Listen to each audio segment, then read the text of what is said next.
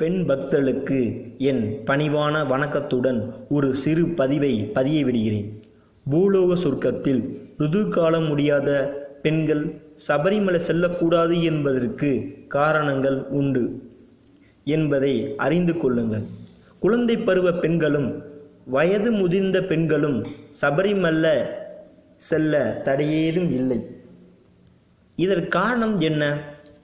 யோகா சக்தி என்பது மனிதனின் உடலில் கீழிருந்து மேல் நோக்கி செயல்பட வேண்டும், மேலிருந்து கீழ் நோக்கி செயல்படக்கூடாது. பிறப்பு உறுப்பு பகுதியில் செயல்கள் இருக்கும் பொழுது பிராண சக்தியானது உடலில் கீழ் நோக்கி பயணிக்கும். இந்நிலையில் ஆன்மீக எழுச்சி ஏற்படாமல் மனச்சிதறல்கள் ஏற்பட்டு இது போன்ற பாதிப்புகள் பிறருக்கும் பரவும். இதை தவிர்த்து தலைப்பகுதியில் செயல்கள் இருந்தால் பிராணன் மேல் நோக்கி பயணித்து ஆன்மீக உயர்வுக்கு வழிகாட்டும். கருமுட்டையை தயார்படுத்துதல், கர்ப்ப பையில் அதை நிலைப்படுத்துதல் மற்றும் கருமுட்டையை உடைத்து வெளியேற்றுதல் என பெண்களின் கர்ப்பப்பை மாதம் முழுவதும் செயல்படும் ஒரு உறுப்பு. அப்படி கர்ப்பப்பை செயல்படும் சமயம் அதீதமான இறைசக்தி உள்ளே இடத்திற்கு சென்றால் கீழ் நோக்கி செயல்படும் பிராணன் திடீரென மேல் நோக்கி செயல்பட துவங்கும். இதனால் கர்ப்பப்பை தன் செயல்பாட்டை இழந்து கருமுட்டையை வெளிப்படுத்தும் தன்மையை விட்டு மலட்டுத்தன்மைக்கு செல்லும். கோவிலுக்கு சென்றால் வளர்ச்சி என்பதுதான் நடக்க வேண்டுமே தவிர அழிவு நடக்கலாமா? கர்ப்பப்பை செயல்படும் பெண்கள் அநேகர் இத்தகைய இடத்திற்கு சென்றால் நம் எதிர்கால சந்ததிகள் என்ன ஆவது? இதனாலேயே நம் கோவில்களில் கூட சில இடங்களில் இளம் பெண்கள் அனுமதிப்பதில்லை. சபரிமலையில் பெண்கள் அனுமதிக்கப்படுவார்கள், கர்ப்பப்பை செயல்படும் நிலையில் அல்ல என்பதை புரிந்து கொண்டீர்களா? கேரளாவில் மன்னர் சாலை என்ற பாம்பு கோவில் உண்டு. அங்கே பெண்தான் பூஜை செய்ய முடியும். மேலும் ஆண்களுக்கு அனைத்து பகுதியிலும் அனுமதி இல்லை. காரணம், அக்கோவில் அபனா என்ற பிராணனுக்கானது. அதனால் பெண்களே தாய்மை என்ற உருவாக்கும் திறன் கொண்டவர்கள் என்பதால் இக்கோவிலின் உரிமை அவர்களிடமே உள்ளது.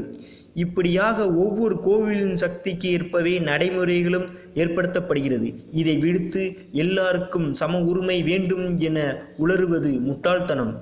இக்காரணத்தை தவிர காட்டில் மிருகம் இரத்த வாசனை உணர்ந்து வந்து தாக்கும் என்பதெல்லாம் ஏதோ ஒரு ராக்கெட் விஞ்ஞானி வெளியிட்ட பொருளை என்பதை உணருங்கள்.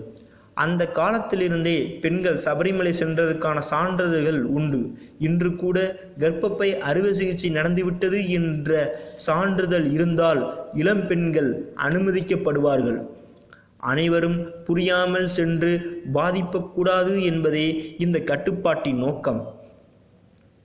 சபரிமலையில் உள்ள 18 படிகள் ஆன்மீக சக்தி நிறைந்த பகுதி, முழுமையான பிராணன் கொண்ட பகுதி. அதனால்தான் அதற்கு பூஜைகள் நடத்தப்படுகிறது. வேறு எந்த கோயிலையும் படிக்கட்டுகளுக்கு வருடம் பூஜை செய்ய மாட்டார்கள். இருமுடி கட்டிய நிலையில் அழுத்தம் கொடுத்த வண்ணம் தலையில் பிராணம் செயல்படும் நிலையில் அந்த படிக்கட்டுகளை அணுகினால் முழுமையான சக்தி மாற்றம் ஏற்படும். இதையே நீதியாக்கினார் பகவான். இருமுடி கட்டாமல் கூட ஐயப்பனை தரிசனம் செய்யலாம். ஆனால் இருமுடி கட்டாமல் 18ஆம் படியை தொட அனுமதி இல்லை. அந்த படிகள் அவ்வளவு உயர்ந்தது, புண்ணியமானதாகும். இவ்வாறு சபரிமலையில் பின்பற்றும் அநேக விஷயங்களில் நுட்பமான பின்புலம் உண்டு. அதாவது மெஞ்ஞானம் என்று நாம் சொல்லிக்கொள்ளும் நமது முன்னோர்களின் விஞ்ஞான நுட்பமே ஆகும். ஆங்கிலேயர் நம் நாட்டை ஆண்டு கொண்டிருக்கும் காலத்தில் அவர்கள் எழுதிய ஒரு புத்தகத்தில் சபரிமலை பற்றி இளம்பெண்கள் மட்டும் இங்கே தரிசனத்துக்கு வருவதில்லை என்று குறிப்பிட்டிருக்கிறார்கள்.